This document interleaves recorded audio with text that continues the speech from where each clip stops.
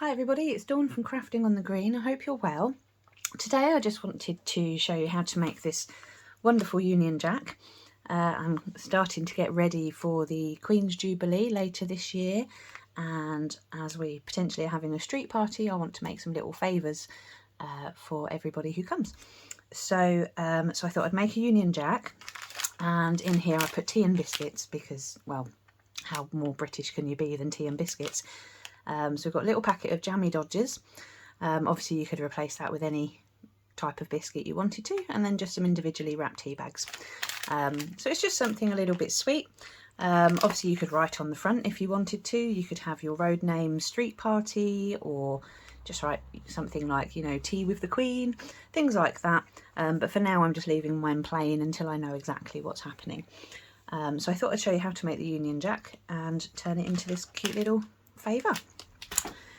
So what we've got, I've got a piece of Pacific Point blue from Stampin Up, and this measures 6 inches by 4 inches. And then I've got some pre-cut pieces here. I've got some basic white, so this is 6 by 1, 4 by 1, and then 2 strips of 7 1/4 by half an inch. So everything's in inches. You can go a bit longer than 7 1/4 because you can just chop off the excess, but don't go any shorter than 7 1/4 because that measures corner to corner.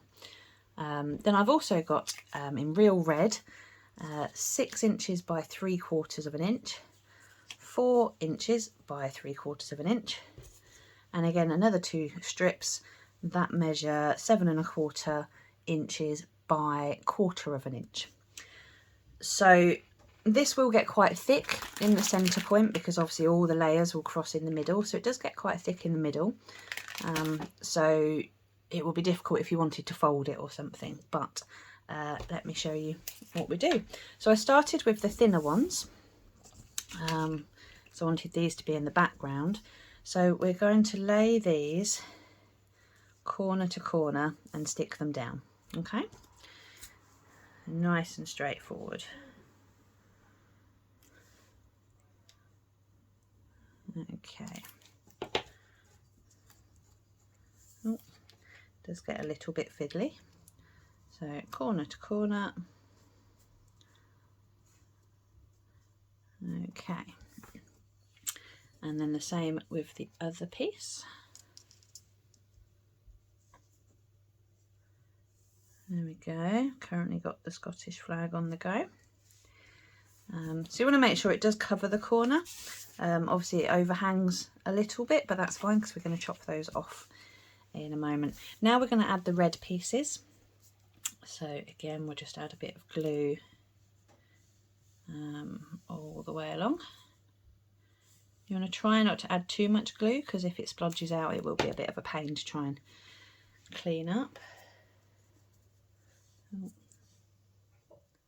And then these are going to go in the centre of our white strips.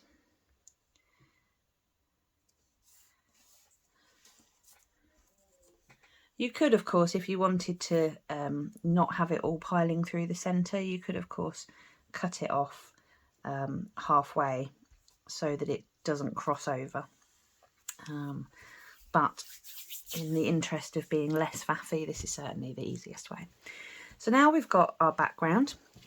Now we're going to bring forward the chunkier pieces, and it's up to you which way you do it, whether it's, you know, which one you want to be slightly behind the other. So we're going to glue down the white ones first, and we're going to try and get that somewhere in the middle.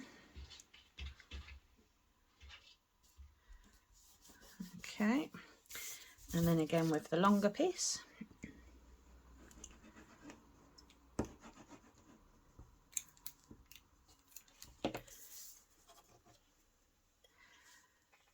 So I'm hoping to try and come up with some more ideas for things that we could do for the Queen's Jubilee. It's lovely to have an occasion to look forward to where we can have some fun and celebrate. So I'm planning on going all out and making Might make some bunting in a similar fashion. To be honest, it would be very similar to this. You just have to do it in a bunting shape. That would be quite cute. I think we need bunting if we're going to have a street party. Right, so again, I'm just laying the real red over the top of the basic white. And then finally, this last piece here. So as I say, it's nice and straightforward, nothing particularly faffy about this at all. I didn't want faffy. If I'm looking to make, you know, enough for the whole street, then yeah, I didn't want it to be too time consuming, because obviously there's going to be quite a lot to do as it is. So now that we've got everything stuck down, all I need to do now is just to trim the edges here. I find it easier to turn it over so you can cut along with the blue.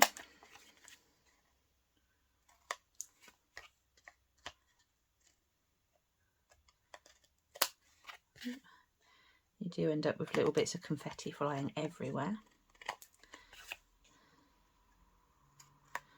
Okay, so there we go, we've got our Union Jack.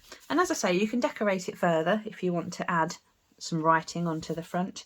I had cut out some letters yesterday, but I haven't done anything with them yet. But I thought they could be quite fun.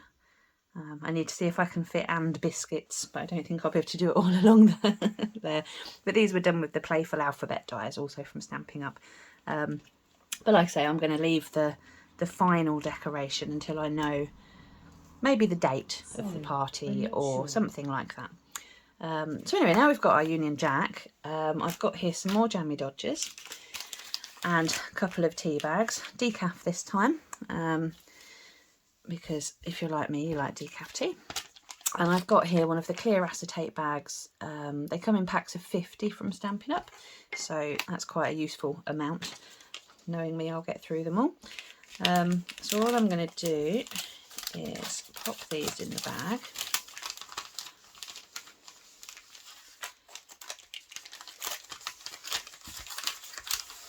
Something like that. And I'm going to fold it over. Now I want to get that stuck down. There is no sticky on the inside, so on this one I folded it all the way over and I used double-sided tape on both the inside and to stick it to the card. However, I'm just going to use a little bit of sellotape on this one, if I can find the end of my sellotape. Why does it always disappear? It is there. There we go. So yeah, just a little bit of tape, and then I'm just going to fold it over, and it's quite hard to see the end of this, it's all so clear. And then I'm just going to stick that down there so it holds together. And then I'm going to use double-sided tape again. You may find it easier to either put it onto the bag or onto the card first. I'm going to pop it on the back of the card, just because I find it easier to peel it off. And you only need a couple of strips, it's just enough to help hold it in place. And then we'll just lay that over the top.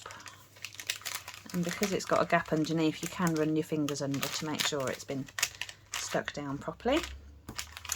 But then I have a cute little party favour to give out, ready for celebrating the Queen. So yeah, that's it. Nice straightforward way of creating a Union Jack, and I think it looks so vibrant. It looks lovely. I love it. So yeah, anyhow, thanks very much for watching today. I hope you give it a go, and I hope whatever your celebration is for the Queen's Jubilee later this year, that it's something fantastic and fun. And I'd love to know if you actually use these as an idea to give out to people if you're having a party. And yeah, keep an eye out for anything else I may come up with over the next coming months. So yeah, thanks very much for watching. If you've enjoyed it, subscribe and don't forget to ring the bell so you get notified of my future videos. And otherwise, have a wonderful day. Take care. Bye bye.